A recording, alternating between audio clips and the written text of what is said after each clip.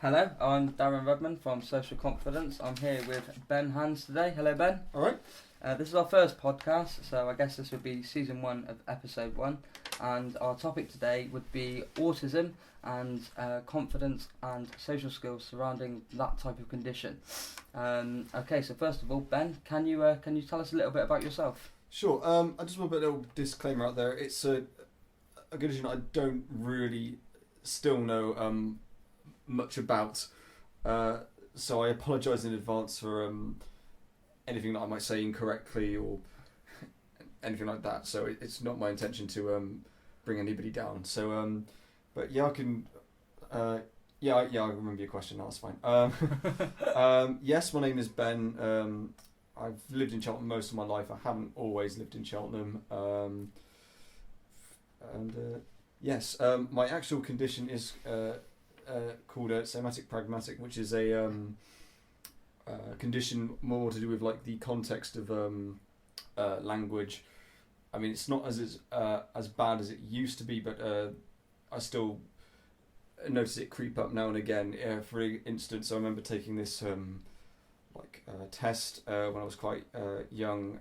There were like all these pictures, and one of the pictures, one of the questions I should say was like, what does it mean if the road was jammed, and had several pictures, and one obviously of a normal traffic jam, and then there was another picture that I'll always remember with this huge jam jar, and it was just pouring jam onto a road with cars, and you can guess which one I picked. Yeah. So it's that kind of thing.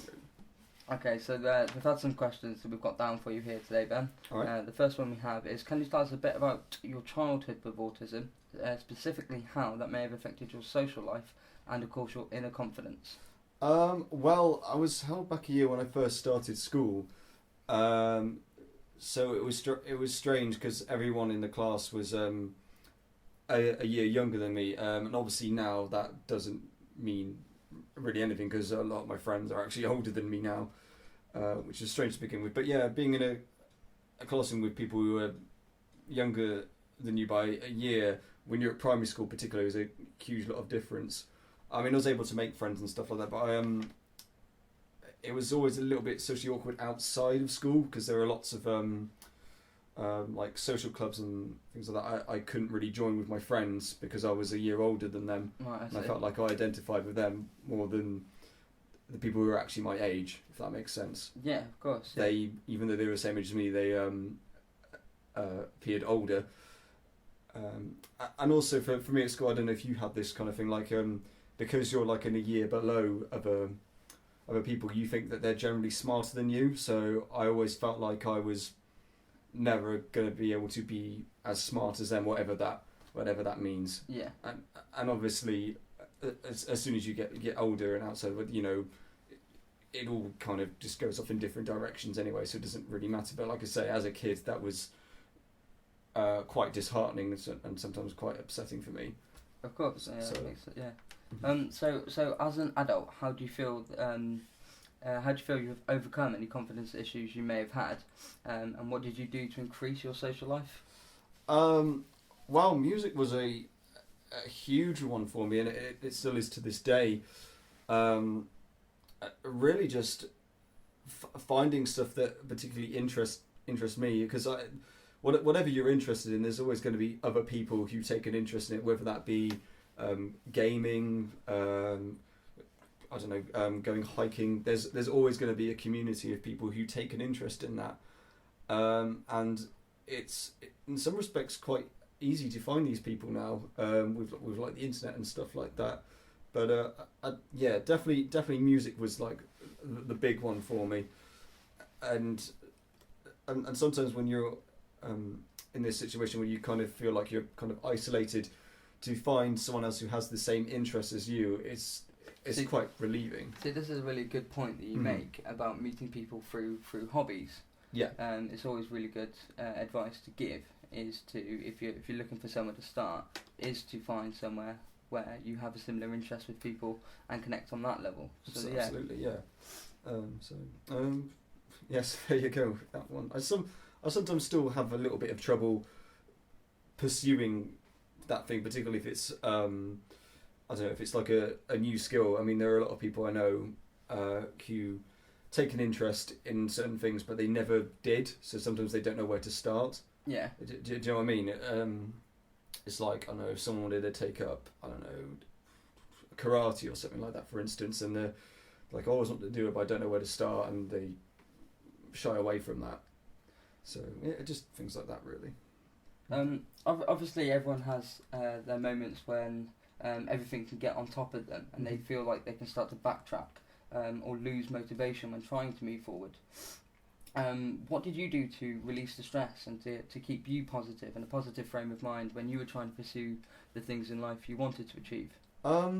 It comes down to this thing like saying, well, getting affirmation from people, like you say, you know, you're doing the right thing, you know, keep going with it, or if someone comes and says, I really like what you're doing and things like that, and at the end of the day, if it feels right for you, I mean, if it gives you like a good feeling, then absolutely keep doing it and keep pursuing it. And like I say, music was a big thing for me with that, like doing my first gig ever, and then going off stage and getting like a adrenaline buzz and things like that. That was really good, and I'm still doing it to this day. Okay. And finally, what advice would you like to give to the listeners out there to help keep them in the right direction when it comes to inner confidence and, of course, increasing their social life?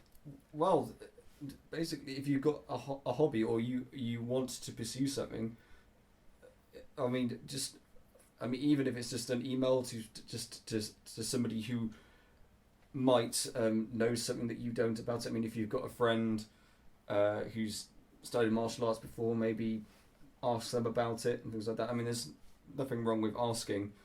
I fully agree. Yeah, I mean, recently I just applied for a new job doing work abroad, and I was a bit nervous at first to ask about it, but I just thought, well, I'm not face to face. It's not like you're in a bar talking to a bunch of I don't know, attractive women or anything like that, and there's a whole group of them. That could be quite intimidating.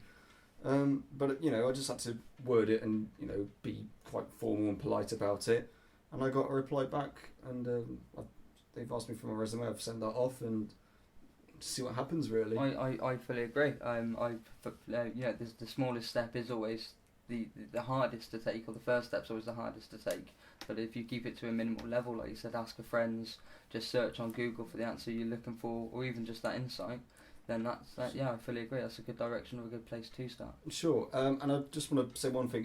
To anybody who is in that kind of situation, it doesn't matter how small that step is, and I say that because sometimes it's useful to get reassurance from somebody else in these matters. Like, for example, if you're looking for a job, I mean, just going onto a website and looking through a list of jobs, and even saying, no, I don't like the sound of that one, or that, you know, that's still a step in the right direction, and that's positive progress, regardless if what anybody tells you.